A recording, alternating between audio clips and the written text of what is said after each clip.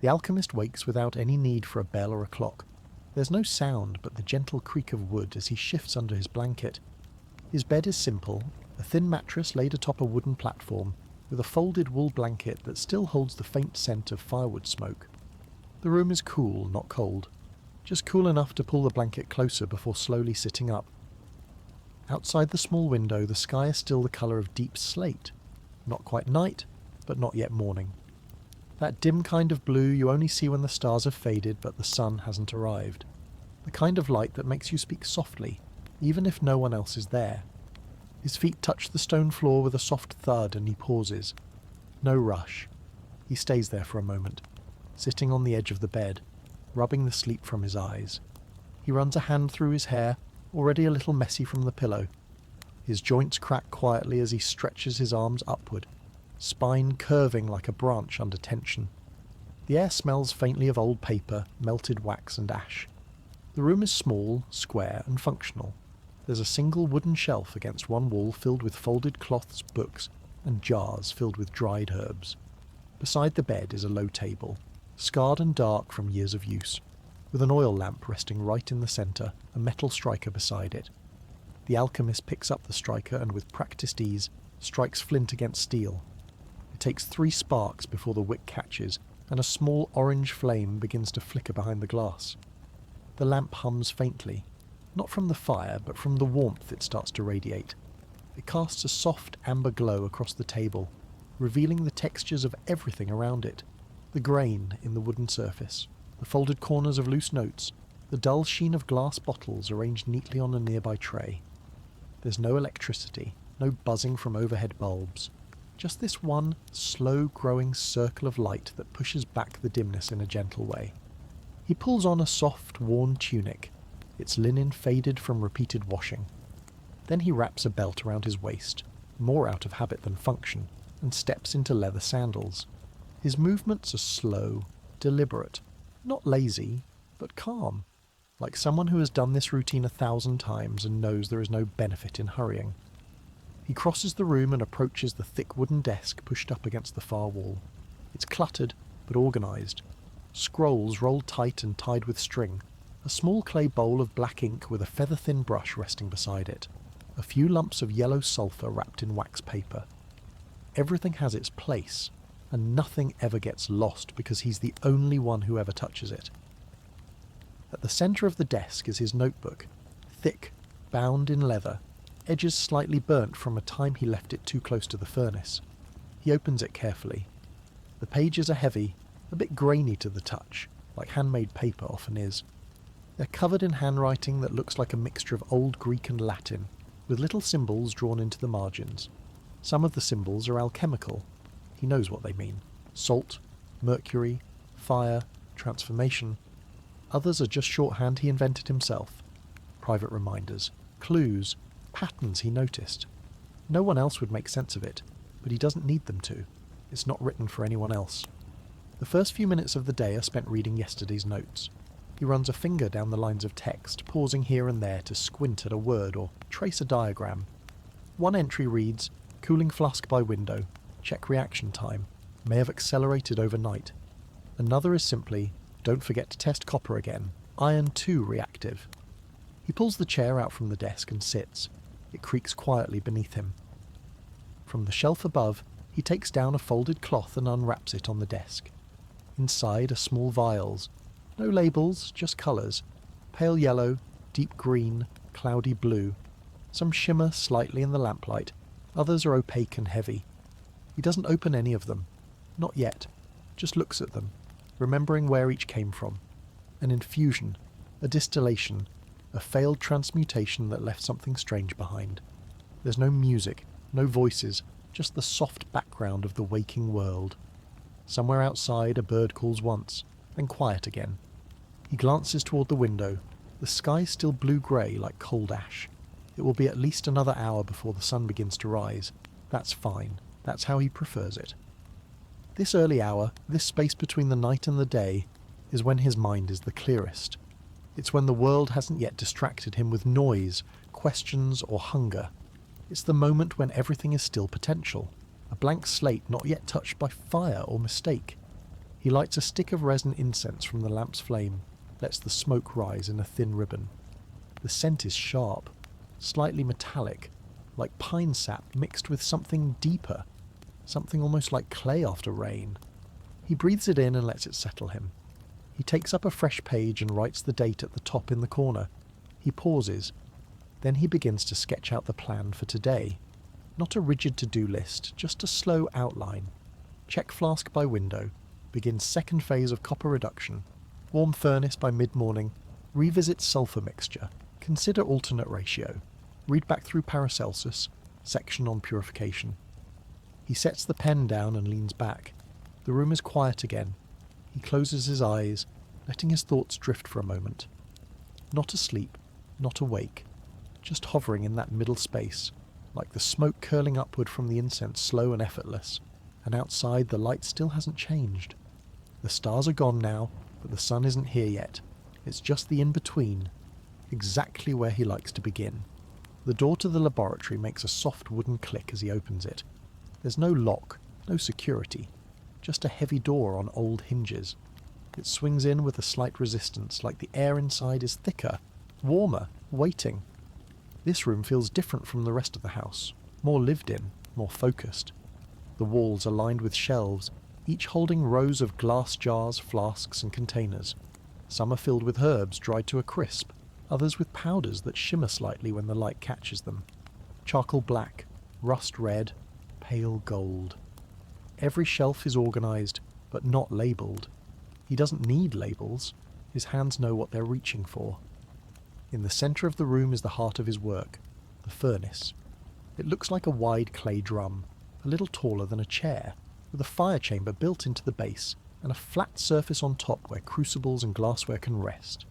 This isn't a roaring fire like in a forge. It's a low, steady heat, like the warm underside of a radiator or a slow cooker. It's called the athanor, and keeping it hot is one of the most important parts of his day. He kneels in front of it and opens the hatch. Inside, the embers are cold, yesterday's fire long faded to ash.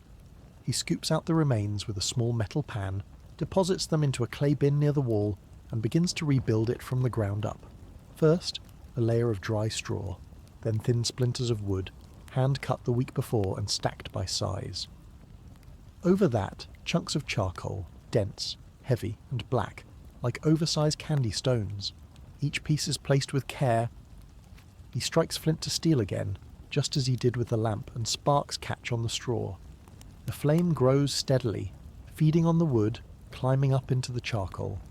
He doesn't watch it burn the way most people watch a fire. He watches it the way a gardener watches the soil, not for beauty, but for health. He adjusts a small stone vent near the base to let in more air. The flames shift colour slightly, from orange to a pale, almost blue-white. That's what he wants. Controlled heat, consistent temperature. Not a blaze, but a breath. He stands slowly, brushing his palms together, and walks over to the nearest workbench. It's covered in glassware. Long-necked flasks, thin pipes, a coiled condenser made of blown glass, and a series of stoppered beakers, all neatly arranged. Some of them are empty. Others hold yesterday's results. There's a faint greenish liquid in one. Thicker than water, more like syrup. Another flask contains a deep purple powder, still warm from the slow cooling overnight. He picks it up and holds it to the light. It's heavier than it looks. He swirls it gently, watching how the powder clings to the sides before sliding back down, almost like wet ash. He smiles faintly. Not quite what he hoped for, but close. Closer than last time. He sets it down and flips open his notebook again. It's always nearby, open to a fresh page. He writes a few notes, short and direct. Purple compound stable, weight unchanged, cooling successful. Try solvent blend later. He keeps his handwriting tight and clean, not out of neatness, but out of habit. Space on the page matters. Ink is valuable. Paper is slow to make. He walks back to the furnace. By now the heat has spread evenly, warming the stone floor beneath his feet and the air in the room. Not hot, just cosy, like sitting too close to a sunny window. He places a heavy-bottomed crucible on the surface and adds a few pinches of copper shavings. The metal glints under the light, bright reddish-orange like curled wire from a stripped cable. Copper is a metal of Venus, in alchemical tradition. Beautiful, temperamental, full of potential. It's soft but responsive, easy to change but hard to master. He adds a few drops of vinegar to the mix, homemade from spoiled wine, and a grain or two of sulphur. The smell is sharp, sour, but familiar. He stirs it slowly with a rod and covers the crucible with a flat stone lid. Then he waits. This is what most people don't understand about his work. It's not excitement, it's not fireworks, it's not sudden discovery, it's patience. Standing still while heat does what time demands. Listening to tiny shifts in smell or texture, watching for small changes, colour, thickness, smell. While he waits, he begins to clean the workbench. He wipes dust from a glass alembic, checks the seal on a bottle of distilled ethanol, sorts the bundles of dried herbs hanging from a wooden bar overhead. Lavender, sage, mint. Not because he plans to use them all today, but because they ground him. They remind him that transformation doesn't only belong to metals, it belongs to living things too. The furnace ticks softly. The crucible shifts a little as the mixture inside begins to react. Nothing dramatic, just a subtle bubbling, like water just before it boils. The alchemist watches it, not with anticipation but with quiet attention. He reaches for another flask, this one already prepared from a previous session, and uncorks it. The scent is earthy, metallic, almost like blood, but colder. He pours it into a thin column still and begins a slow distillation, adjusting the coil until the drip begins, slow and steady, like a leaky faucet in an empty room. He writes again in the notebook, furnace stable, copper mix reacting, distillation clean, try filter adjustment after condensation. He pauses, sets down the pen and breathes in deep. The air's warm now, heavy with the scent of sulphur, vinegar, copper and steam. It's not pleasant, but it's not unpleasant either. It's just the smell of change, the smell of a thing moving from what it was toward what it might become. Outside the lab, the sky is starting to turn. A soft orange glow pushes into the grey-blue of dawn, but in here, in this space of tools and silence and glowing heat, time moves differently, slower, thicker, more focused. And so he stands at the bench, watching the flame flicker beneath the crucible, waiting not for gold, but for understanding, the kind that comes only when fire, patience, and the quiet of early morning work together. The work slows, not because he's tired, but because the day is starting to speak louder. Through the thick stone walls of the lab, a faint warmth begins to lean in from outside. The sky has turned from grey to a pale yellow, and soft light now spills across the flagstones in the corner, catching bits of dust that drift lazily in the air. The alchemist stands near the window for a moment, stretching his shoulders with a slow roll, his back cracking once quietly. He's spent the last 2 hours watching the crucible, adjusting flame, noting small changes in weight and colour, and now the room carries a heat that sits heavy in the chest, the kind that makes everything feel a little slower.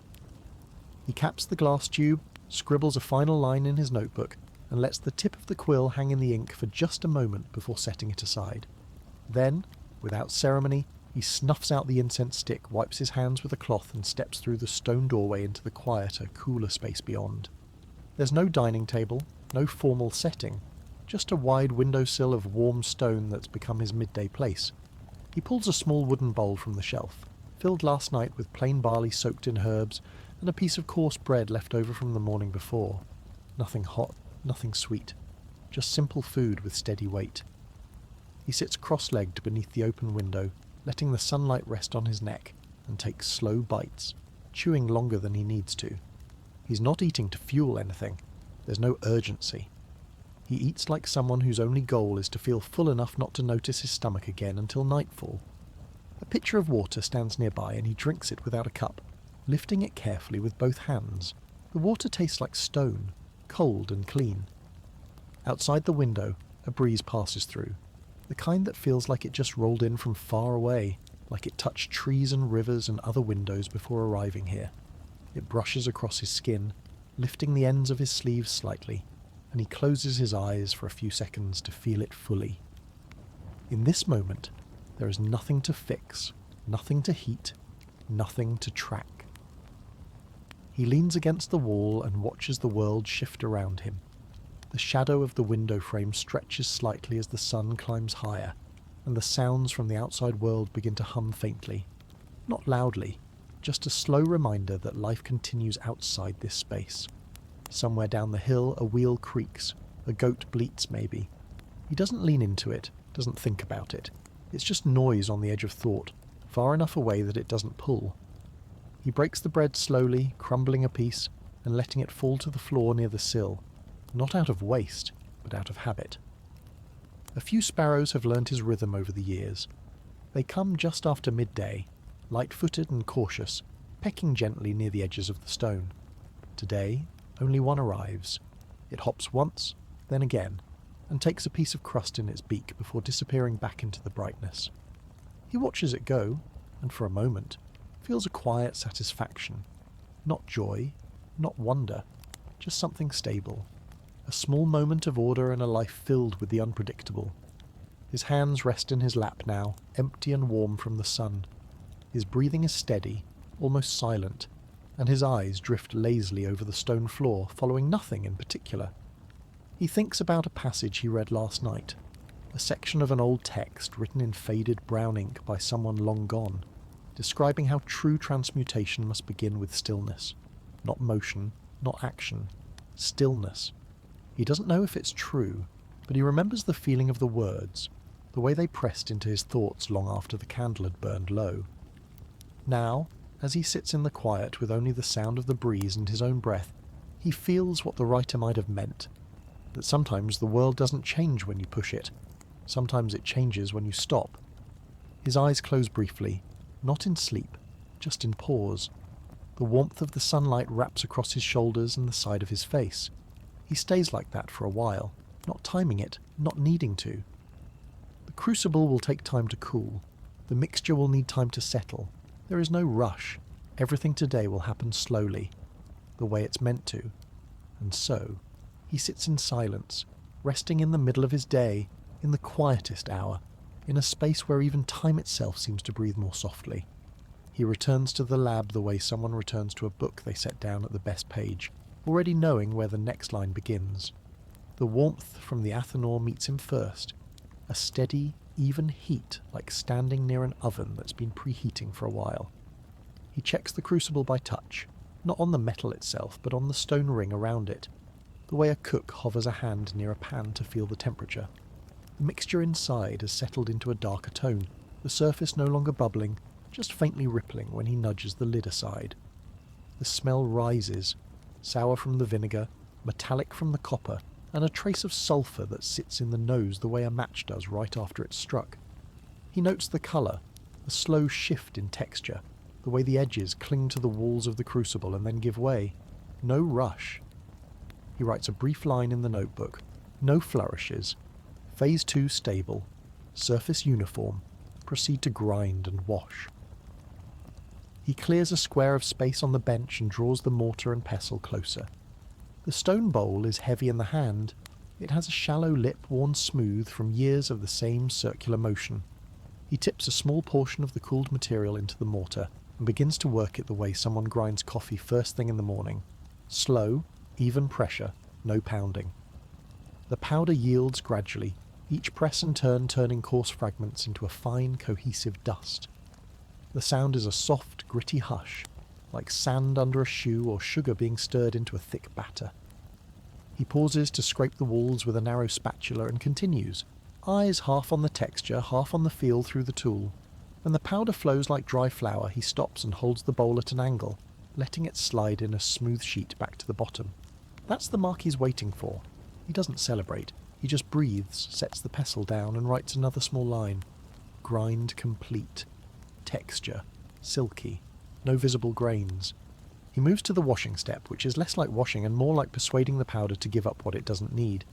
He pours cool distilled water into a beaker, adds the powder in small portions, and stirs with a glass rod until the suspension clouds evenly. Then comes the waiting, the let it settle part that always teaches patience. He watches the fine particles drift through the water in slow motion, like dust falling in a beam of light.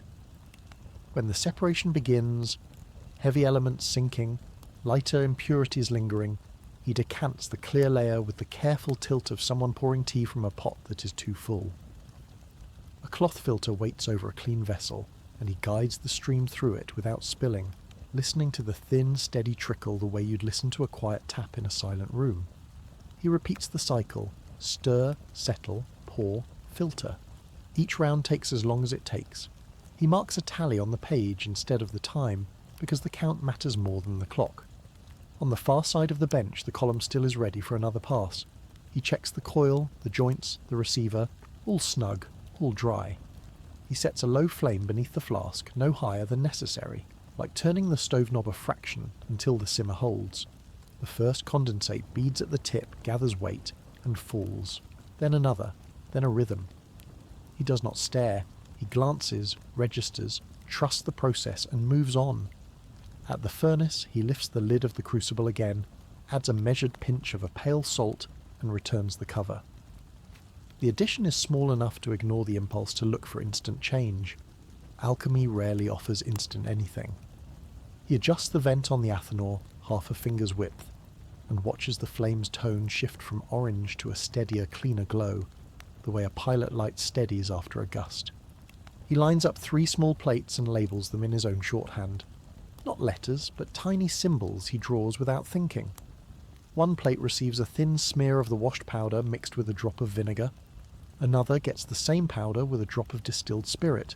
The third is left dry. He sets them near the warm edge of the furnace where the heat is gentle, not direct, the way someone proofing dough finds the warm corner of a kitchen. This part is all eyes and nose. Does the vinegar version darken? Does the spirit lift an odour? Does the dry sample cake at the edges or stay light? He checks them in a quiet rhythm, circling back between tasks so nothing gets more attention than it needs and nothing is neglected. Each observation becomes a short line in the book, a trail of crumbs he can follow tomorrow without guessing. When the coil's receiver is half filled, he swaps it for a clean one with the same motion as changing a glass under a water dispenser, deliberate and steady. He warms the new vessel with his hands before placing it to avoid a shock that could crack it, a habit learned from experience, the cautious way someone warms a ceramic mug before pouring in boiling water. Back to the mortar. Another portion, another slow grind, another minute spent letting the wrists do the work instead of the shoulders. Back to the wash. Stir, settle, pour. Back to the plates. Check, sniff, note. He moves in loops, not lines, and the loops make the hours softer, less sharp. There are little resets throughout the room that make the work feel clean. He wipes the bench with a damp cloth between steps, drying it with a second cloth so no stray drop becomes a problem later. He keeps a small bowl for spent filters and another for tools that need washing, separating them the way a cook keeps raw and cooked apart without thinking too hard about it. He keeps a strip of linen for his hands, folds it the same way every time and replaces it on the same nail so his fingers find it without looking.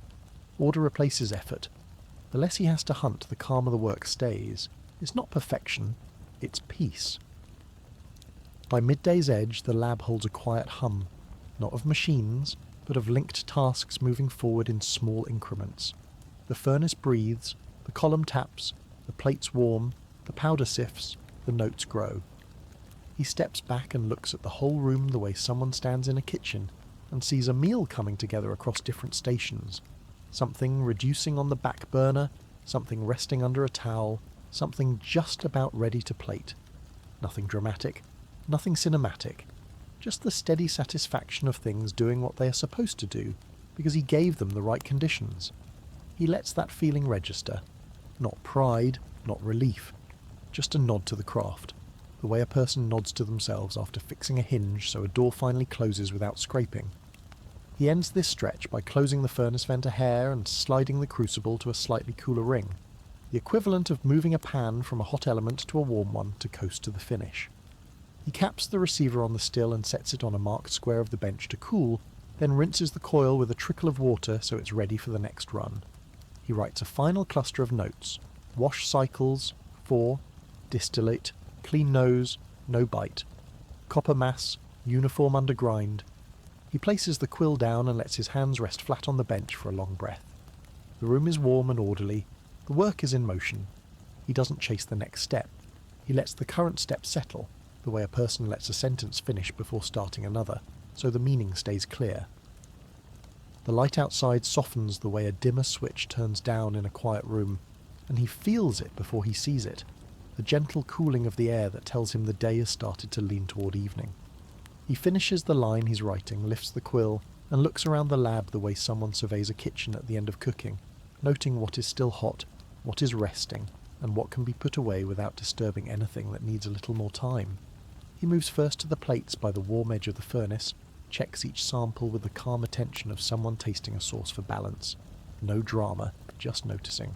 One has dried to a flat, even tone. Another shows a faint ring where liquid once sat, and the third keeps its powder light and loose, and he marks short notes without commentary, because the facts are enough. Then he slides the crucible from the hotter ring to a cooler one, the way you ease a pan from a front burner to the back so it can coast on residual heat, and he closes the furnace venter fraction until the flame's voice lowers from a gentle hiss to a quiet breath. The room's warmth recedes a little, and in that change the smells separate. Vinegar becomes a whisper, sulphur drops into the background, and the metallic edge softens into something neutral, like clean stone after rain. He sets out the washing bowl and rinses the pestle and mortar with a thin stream of water, working the circular motion one last time, just to feel the smoothness that tells him the day's grinding is complete. Then he tips the rinse carefully into the spent liquids jar, the way a barista clears a portafilter into a knockbox. No splash, no mess. So tomorrow's surface starts clean. Glassware comes next, and he handles each piece like someone stacking dishes after dinner, not precious, just mindful. Coil, receiver, flasks. Soapless water first, then a final pass with distilled. Then each piece stands upside down on a linen-lined board that acts like a drying rack, edges aligned, lips not touching, the small order that prevents accidents before they happen. He wipes the bench with a damp cloth from left to right every time, as if erasing a chalkboard, because one direction keeps the crumbs and droplets moving out, not in, and when he finishes, the wood shows the gentle matte of a surface that's been used well and cared for. He caps the jars he opened, returns powders to their shelf by feel, each jar turning once in his hand so the stopper seats fully, like tightening a lid on a jar of tea until it gives that tiny satisfied stop, and he checks the still seals with the same quiet ritual, fingertips travelling the joints to be sure no moisture lingers. By the window the sky has slipped into a pale copper colour that matches the metal he's been coaxing all day, and he lets himself stand there a breath longer than usual, the way you do when you are about to turn off a favourite song, not because you can't replay it, but because the ending matters. The notebook stays open while he thinks, because sometimes the last best line arrives only when the tools are already quiet, and when it comes it is small and practical. Wash count 4 sufficient, distillate neutral, stable, copper mass uniform after grind, repeat conditions with minor salt reduction, and he underlines only the part that must be different tomorrow, because the rest is a path he knows he can walk again without getting lost. He blows gently across the ink until the sheen dulls, then folds a scrap of wax paper over the page like a placeholder, so any stray dust tonight will land on the cover, not the words. The athanor gets his full attention before he leaves it. He listens with his hand open above the vents, the way a cook feels the oven's breath before deciding to leave the door cracked or closed, and when he's satisfied the temperature is dropping in a clean, even slope. He sets the lid askew to let heat escape without a sudden draft. Then he places a small clay marker, a simple chip with a notch, on the rim, his private sign that the fire is sleeping, not snuffed. He turns the room itself down in similar ways, shutters drawn but not latched so the night air can move, lamp wick lowered to a safe ember until he pinches it out, tools set to neutral, like a workspace put in park. He gathers the plates with the dried test smears and slides them into a shallow tray lined with linen, each labelled with the same small icons he's used for years, and the tray goes to the cool cupboard where temperature stays even after sunset. Think of it like the back corner of a pantry where spices keep their character, not too warm, not too damp, and he closes the door with a careful push that avoids the familiar squeak. He wipes his hands on the linen towel he always folds in thirds and hangs on. The same nail and the simple repetition, fold, hang, smooth, tells the body the day is no longer reaching outward and can begin to settle inward.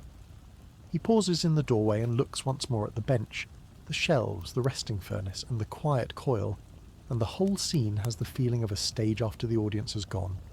Lights dimmed, props set for the next performance. No applause needed. He doesn't feel triumph or disappointment, only the clean kind of ending you get when you've done what could be done and left the rest to time. Outside, the corridor is cooler and carries the faint echo of evening. The small noises of a world winding down, a latch in a far room, a soft step, the sigh of air through a half-open window. And as he walks, the day's heat leaves his skin the way warmth leaves a mug after the last sip.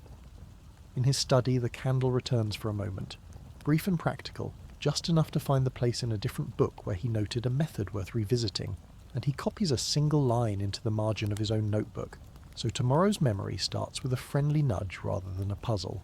Then the candle goes out with a quiet pinch, a wisp that smells of linen and smoke, and the room accepts the grey of late light. He closes the window to a hand's width, lays the notebook flat with a waxed slip protecting the fresh page, and sets the quill parallel to the spine so he can find it in the morning without searching. The last gesture is small, but anchors the close. He touches the edge of the desk with his fingertips.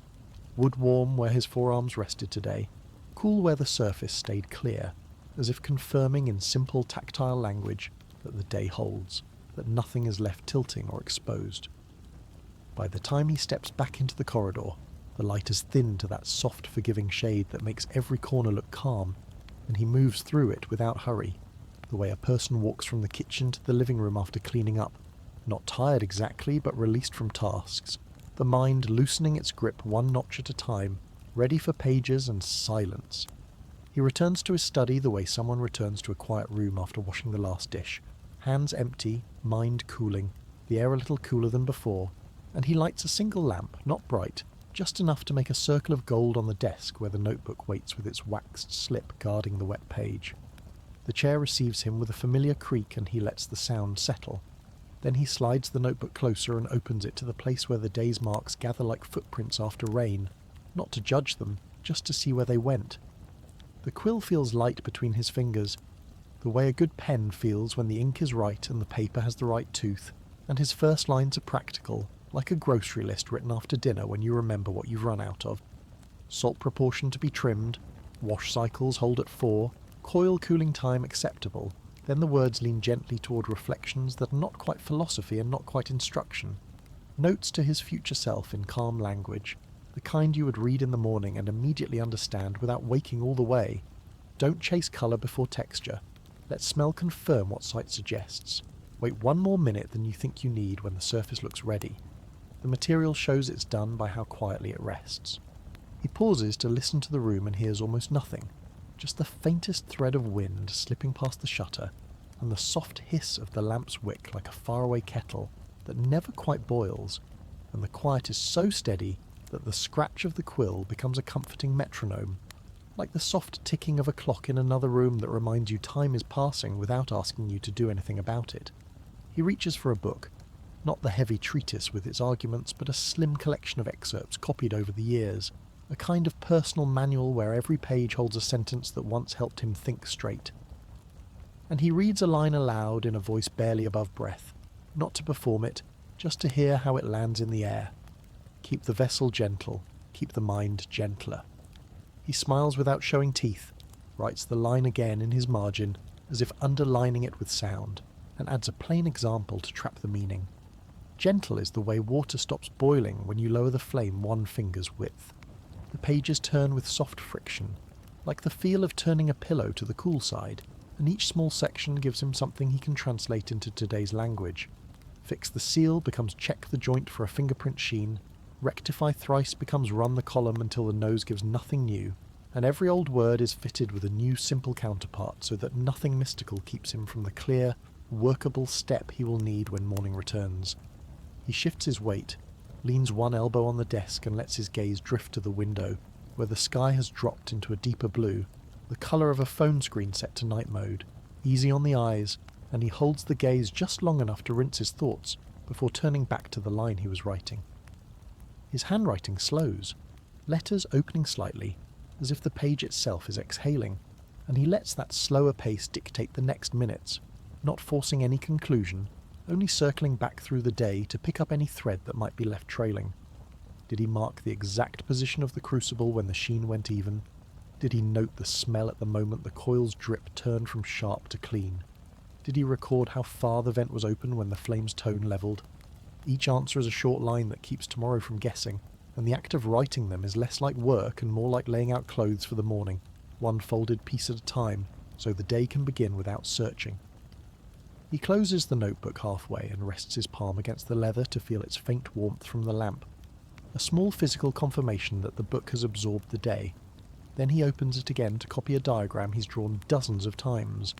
Furnace rings, bench layout, shelf order, redrawing it as if tracing the map of a neighbourhood you know by heart. Not because you might get lost, but because the drawing itself calms the mind that thinks it must remember everything at once. When he finishes the sketch, he adds one more practical line in the blank corner where his eye will land first thing: start with the wash, not the flame. It is not profound, but it is exactly the kind of kindness tomorrow will appreciate. He pinches the lamp wick lower until the light thins to a thin bead, and amid that narrowing glow he tidies only what lives on the desk. Quill cleaned and laid parallel to the book's spine, blotter squared, the slim book slipped beneath the larger. One, so the desk looks like a calm sentence with nothing dangling. He stays seated for a few breaths after the last adjustment, letting the room thicken into quiet the way tea deepens if you don't disturb the cup, and in that pause he notices how his shoulders have dropped, how his jaw has unclenched, how the weight of the day is spread out and softened until it feels like a blanket instead of a pack. He lifts the waxed slip, checks the page one final time for wet shine, and lays the slip back with a care as casual as placing a coaster under a glass so the table won't mark. Then he extinguishes the lamp with a slow pinch, so the smoke rises in a single steady ribbon and fades without curling back to sting his eyes. The dark that follows is not empty. It is organised, friendly, a dim outline of shapes he knows: shelf, chair, window, door, and he sits in it for a moment the way a person sits in a parked car after arriving home, engine off, hands resting, letting the silence confirm that the day has ended itself. When he stands, the chair answers with the same soft creak, and he leaves the notebook closed on the desk like a gentle full stop at the end of a line, nothing urgent spilling over, nothing clamouring for his attention, only the calm suggestion that the rest of the work belongs to sleep. He undresses without ceremony, the way you power down a device you've used all day, one step at a time, no rush, no extra taps. Belt unlooped, tunic folded once and set on the chair, sandals nudged beneath the bed so he won't search for them in the morning. He turns back the blanket and the linen sheet holds a coolness like the other side of a pillow, and when he slides beneath it the fabric accepts him with the quiet weight of a well-fitted jacket, not heavy, just enough to signal safety. He lies on his back first, palms open, and lets the room settle around him the way a quiet house settles after you turn off the last light. Sounds go soft, corners go gentle, even the air feels like it takes smaller steps. The window stands a hand's width open, and the night moves through it in slow, even drafts that feel like a small fan on its lowest setting. It brushes his cheek, carries a clean smell of stone and distant leaves, and leaves again without tugging at anything. He notices the heartbeat in his chest, not loud, not proud, just present. A dependable metronome like the blink of a small router light at the edge of your vision. Steady, unshowy, there because it belongs. He rolls to one side, finds the pocket in the mattress his body has made over time, and the bed takes him in the way a familiar couch knows exactly where your shoulder wants to live. His spine unwinds a notch, his jaw slackens, and the scattered pieces of the day drift toward one place, as if someone pressed gather windows on a screen, and all the tabs slide neatly into a single stack. He breathes with the simplest rhythm, in and out, like waves that have learned the shoreline and no longer argue with it. Each inhale is smooth and unambitious, each exhale a soft release, and the cycle starts to feel less like something he's doing, and more like something that is being done for him, a background service that doesn't need supervision. The last thin layer of wakefulness peels back when his attention stops trying to hold anything. No list, no angle, no one more check, the way your hand stops holding a pen when the ink runs out on the final word, and you accept the period instead of pressing harder. The room is dim enough now that the shapes have names without edges: desk, shelf, window, door, and none of them asks for a decision. Even his thoughts adopt the house's tone. They speak quietly, then step away. If a stray worry tries the handle, a forgotten number, a what if, and almost, it meets the simplest lock. Not tonight. The soft click of a phone set to do not disturb. He doesn't push it out, he simply doesn't answer, and the thought moves down the hall by itself. Sleep begins the way snowfall begins in a city. First a few flakes no one counts, then a steady white that makes everything sound softer, and within that softening the day's images return, not as sharp panes of glass, but as slow shapes that hold only the features worth keeping. He's in the lab, but the lab has become the idea of a lab. No clutter, no corners, only the bench and the warm breath of the furnace, as tidy as a blank document with a single sentence at the top. The athanor glows with a mild, friendly pulse like a nightlight in a hallway, and the coil doesn't tick but hums as quietly as a refrigerator on a good day, present but ignorable. He stands there not to work but to notice, and even noticing feels like a leaf floating, not a hand reaching. The crucible's lid is slightly ajar, and a ribbon of vapour rises so slowly it might be standing still, the way a thin trail of steam hangs above a mug when the room is perfectly still. It carries no smell, it leaves no demand. It is simply change made visible in the gentlest font. The dream steps forward like a careful host and switches the scene without a cut. Now the bench is a shoreline, the glassware has become smooth stones with the same quiet shine, and the mortar and pestle are round river rocks your palm fits without effort. He kneels and lets dry grains of sand run through his fingers, and realizes the grains are the day's minutes, handled and harmless, leaving a clean palm each time he opens his hand. Far out the surface of the water is perfectly even, a screen at 1% brightness, nothing to read and everything to feel. When a breeze passes, the line blurs and resets, and the resetting is the point. He hears footsteps, but they are not footsteps. They are the gentle tick of hours landing, one and then another, like drops on a window that never become rain. Somewhere above, a shape crosses the sky. The kind of bird you can't quite name because the dream refuses to zoom, wings moving with an economy you trust. It might be a symbol, it might be nothing, and either way it travels on, not a message, just proof that motion can be quiet. The lab returns in a new mood, like the same room with morning sun on a different wall. The shelves are arranged exactly as he left them, because the mind that is sleeping honours the mind that worked. And this too is rest. Nothing to fix, no chair out of place, no spilled powder, the scene as self-contained as a saved file. You can close without anxiety because autosave has been on the whole time. He moves his hand toward a flask and the flask moves toward him. Not magic, just a shared agreement between reach and receive. The liquid inside is neither gold nor water, but something at the midpoint. Thicker than one, lighter than the other. And when he tilts it, the surface takes a full second to decide which way it wants to become. Then it chooses gently, like a decision made by someone who isn't in a hurry. He recognizes the feeling without naming it. Process, without pressure. Time, without teeth. There are no voices, but meaning is everywhere, the way a dark room can be navigated by memory. Phrases from his notebook drift by as objects you can set down on a bedside table. Start with the wash, not the flame. One more minute than you think. Gentle vessel, gentler mind. And each phrase, instead of sparking thought, dampens it, the way a good weighted blanket persuades a shoulder to stop guarding. He sees the vent on the furnace slide open and then closed, half a finger's width, and understands that breath itself is the vent, that the body adjusts heat without instructions if you give it a steady lane and a green light. The coil's drip becomes a star's slow blink. The star's blink becomes the steadiness behind his ribs. The steadiness becomes the room's anchor. And the anchor means he can drift without fear of distance.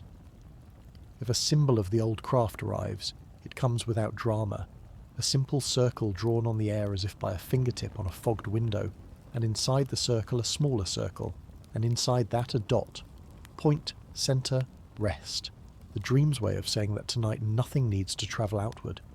He lies deeper, the bed becoming less a surface and more a permission, like a dock that knows how to keep a boat against it without rope. Somewhere, rain considers beginning and decides not to, and the decision not to also helps. The mind loves a world that can afford to wait. He turns once more, a quiet adjustment like nudging a slider until the volume feels right, and the alignment clicks. The pillow cradles the ear, the sheet smooths under the knee, The blanket places its calm hand across the hip, and the body understands the message more than any sentence could. We are done for today. When morning is still several horizons away, the dream loosens even further, from scenes to textures, from textures to temperature, from temperature to that wide light field where you're not telling yourself a story because the world is telling you nothing at all. Cognition goes dim like a screen with the sleep timer finally reached, and what remains is the quiet system that keeps you. Breath, pulse, warmth, running in low power mode while repairs happen in the background. In that mode, the day's efforts file themselves, the useful lines rise and the stray ones dissolve, and the craft he loves continues without him exactly as it should, gently, accurately, with no witness required. If any last image crosses the surface, it is the athanor's lid settling true on its ring, not tight, not loose, perfect enough to keep what should stay in and to let out only what should leave. The glow inside fades to the kind of ember that knows how to be safe through the night. And with that, he lets go completely, not falling so much as arriving, like a key turning the final degree and the door opening without squeak. No threshold to watch, no line to cross, just the soft fact of sleep doing its quiet, thorough work until the first grey finds the window, and the next day, clean and unhurried, is ready to begin. Listen closely now, because this is the part where the candlelit room you've been walking through reaches forward into your own evening and quietly puts a hand on almost everything around you. What the alchemist is doing in that small space, the slow heating, the careful cooling, the patient separation, the notes written line by line, becomes the backbone of modern work that looks shinier but behaves the same way. His alembic, warmed until a vapour rises and returns to liquid, is the same logic that lets a lab purifier pull clean ethanol from a mixed brew, that gives a perfume its single clear note, that makes a spirit taste the same from bottle to bottle, that turns seawater into something a city can drink. His mortar and pestle, circling until coarse becomes fine, are the ancestor of mills that grind pigments that won't fade from museum walls and active powders that press into tablets that dissolve on cue. His rinse and decant done a dozen times until the cloudiness leaves is the quiet parent of the filters in your sink, the membranes in treatment plants, the paper you've seen turned grey as coffee runs through, same patient, same reason, just better tools. If you listen under the silence, you can hear how his day teaches the rule we still lean on when we want something to be reliable. Change one thing at a time, keep everything else steady, write down exactly what you did. Those 3 moves turn guessing into knowing, and they're the spine of lab notebooks, standard operating procedures, batch records, and the simple checklist taped inside cupboard doors. That is why a hospital trusts a vial from a manufacturer it has never met, why a water plant can promise that the tap will run clear in the morning, why a bottle on a shelf carries a dose you can rely on rather than a hope. The furnace that holds a steady heat becomes today's hot plate set to 78 degrees Celsius and staying there hour after hour. The fume that once drifted out a window becomes a hood that pulls vapours away so lungs last a lifetime. The hand that once gauged a temperature by hovering above a lid becomes a probe that reads a number, but the mind behind it is the same. Don't rush the boil, don't scorch the base. Keep the conditions calm and the material will tell you what it wants to do. There is a practical kindness to his craft that lives everywhere you look. Acids and alkalis, once tested with a cautious drop and a careful nose, are now pH strips, meters, sanitizers, descalers, buffers that keep food safe and pipes clean and countertops bright. The idea of dose, that the same substance can heal or harm depending on how much and how pure, moves from ciphered margins to pharmacy labels and safety sheets and the measured caps and spoons in medicine boxes. It's the difference between a tonic that soothes and a mixture that overwhelms, between a sanitizer that protects and a solution that ruins the surface. That respect for dose shows up in flavours and aromas too. The measured dash that makes a drink balanced rather than loud. The drop of citrus oil that lifts a room rather than choking it. The exact grams that give a sauce gloss without breaking. In each case, the voice behind the step is the same. One change at a time, one small amount, watch the result, write it down. Even the glass on his bench keeps speaking in your present. The skill required to heat sand until it becomes a vessel that can take flame without cracking becomes borosilicate beakers, lab flasks. and the tough clear carafes that shrug off a sudden rinse. Stretch that knowledge further, and you get the glass that guards a lens, the panes that resist weather, the screen you're reading that learned how to be both thin and strong, metalwork too, the patience he shows as he coaxes copper and watches it change, the way he lets heat move through a mass slowly, lies beneath the clean lines on a circuit board, the reliable snap of a connector, the battery that doesn't fail because the mixture inside was filtered ground and held at a temperature that never wandered. Most of this is not glamorous. It's the quiet comfort of things doing what they say on the label, because somewhere someone repeated a small step until the result held still. If you pull the camera back, you see how his room also taught us how to think together. Secrecy gave way to shared method. Symbols gave way to names and equations. Private notebooks, once written in personal ciphers, became records other hands could read and repeat. That shift is how science became a conversation, rather than a set of miracles.